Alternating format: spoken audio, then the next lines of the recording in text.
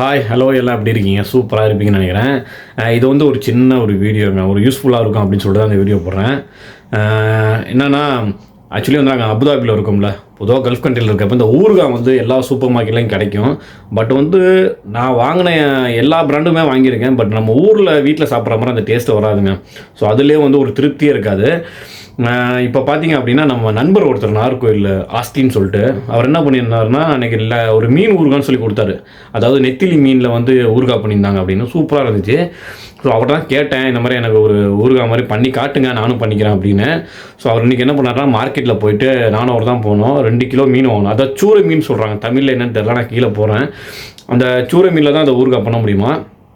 அதை இன்றைக்கி வாங்கிட்டு வந்து 2 கிலோ வாங்கிட்டு வந்து என்ன பண்ணிட்டாருன்னா அதை வந்து வெட்டி முள்ளெல்லாம் எடுத்து வெறும் பீஸ் மாதிரி கறி பீஸ் மாதிரி துண்டு துண்டாக ஆக்கி நான் வச்சுருக்கேன் பாருங்கள், காட்டு.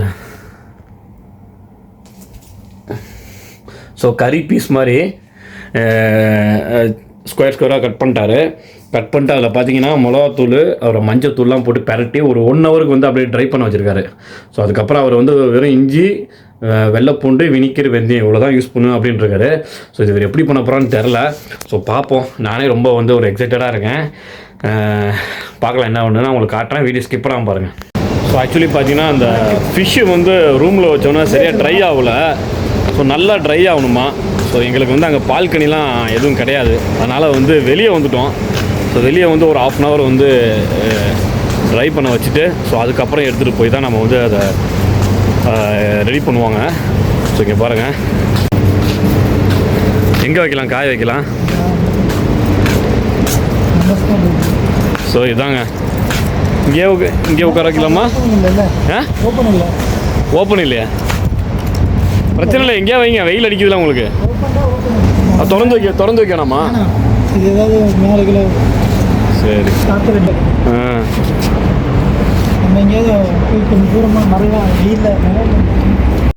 ஸோ ஒரு 15-20 நிமிஷம் காய வைக்க சொல்லியிருக்காங்க. பட்டு இந்த வெயிலில் நம்ம இருந்தோம்னா நம்ம காஞ்சிருவோம். ஸோ எங்கேயாவது ஓரமாக வந்து வண்டியோட நிலையில் நிற்போம். யாரும் தூக்கிட்டு போகிறாங்க பார்த்துக்குங்க. மீனை வச்சுட்டு அங்கே ஓரமாக போய் நிற்க போகிறோம். ஸோ அந்த இடத்துல கொஞ்சம் நிழல் இருக்குது. ஸோ 15 நிமிஷம் காய வச்சாச்சு.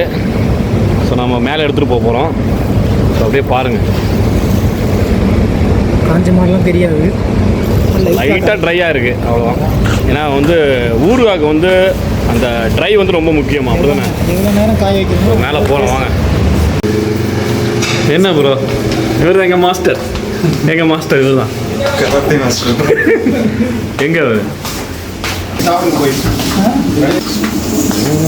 என் ட்ரை போதுமா?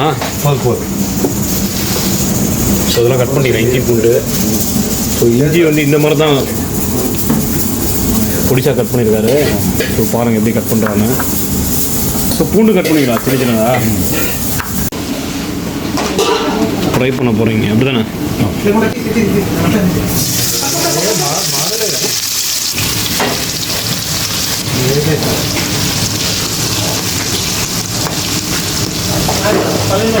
ஸோ எப்படி டீப்பாக ஃப்ரை பண்ணணுமா? எப்படி டீப் ஆக்சுவலி ஃபுல்லாக எல்லாத்தையும் வந்து டீப் ஃப்ரை பண்ணி எடுத்து வச்சுக்கணும். ஸோ அதுக்கப்புறம் தான் வந்து அதை ஸ்டார்ட் பண்ண நினைக்கிறேன். ஆக்சுவலி பார்த்தீங்கன்னா பூண்டு 1/4 கிலோ, இஞ்சி 1/4 கிலோ. ஸோ அதை சின்ன கட் பண்ணி வச்சுட்டாங்க. 2 கிலோ மீனுக்கு 1/4 கிலோ இஞ்சி, 1/4 கிலோ பூண்டை வந்து சின்னதாக பண்ணிக்கணும் இந்த மாதிரி. ஸோ இந்த மாதிரி பார்த்தீங்கன்னா 1/4 கிலோ பூண்டு, 1/4 கிலோ இஞ்சியை வந்து சின்னதாக கட் பண்ணி வச்சுக்கிட்டோம். இதை கொண்டு வரவா? ஆக்சுவலி பார்த்தீங்கன்னா மீன்லாம் ஃப்ரை பண்ணி தனியாக எடுத்து வச்சுட்டாங்க.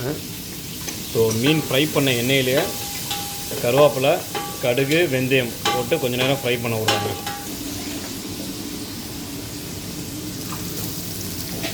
ஆக்சுவலி பாதி போட்டிருக்காங்க, பாதி இங்கே வச்சுருக்காங்க.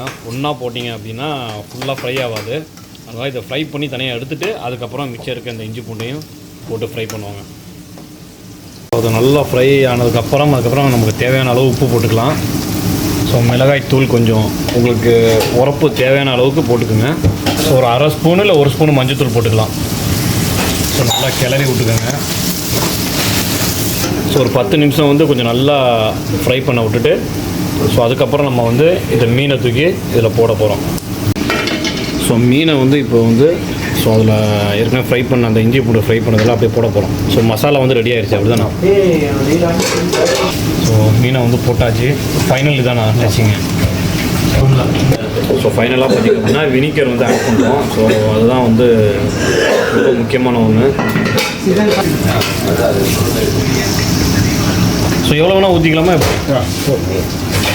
கிரேவி நிறைய கிடைக்கும். Okay okay. ஸோ எவ்வளோ ஊற்றுறமோ அந்தளவு கிரேவி கிடைக்கும். ஸோ முடியும். ஸோ முடியாச்சு. ஸோ அவ்வளோதான் ஃபைனலாக முடிஞ்சு ஒரு 10 நிமிஷம் வந்து அப்படியே ஸ்லிம்லேயே வச்சு நம்ம மூடி வச்சிடணும். அதுக்கப்புறம் நமக்கு மீன் ஊறுகாய் ரெடி.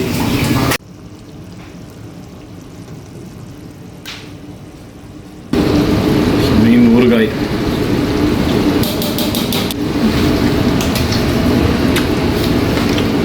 செம்மையாக இருக்குது. வேறு லெவலு. ஃபஸ்ட் டைம் சாப்பிட்றேன் மீன். டேஸ்ட்டு வேறு லெவலில் இருக்குது. அப்படியே புளிப்பாக அந்த வினிகருடைய டேஸ்ட்டு, மீனுடைய டேஸ்ட்டு செம்மையாக இருந்துச்சு. ஆக்சுவலி இது வந்து தூணா மீனுங்கிறாங்க, அவங்க சூரனாங்க. இது தூணா மீன் சூப்பராக வேறு லெவலில் இருந்துச்சு. ஸோ வீடியோ பிடிச்சா லைக் பண்ணுங்கள், ஷேர் பண்ணுங்கள். அப்படியே சிக்கன் சேனலுக்கு சப்ஸ்கிரைப் பண்ணிடுங்க.